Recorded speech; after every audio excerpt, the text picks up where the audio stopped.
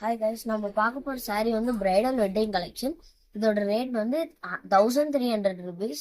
உங்களுக்கு ஒரு சாரியாக காட்டுற பாருங்க. நம்ம கிட்ட இருக்க saree எல்லாமே அழகாக இருக்கும்.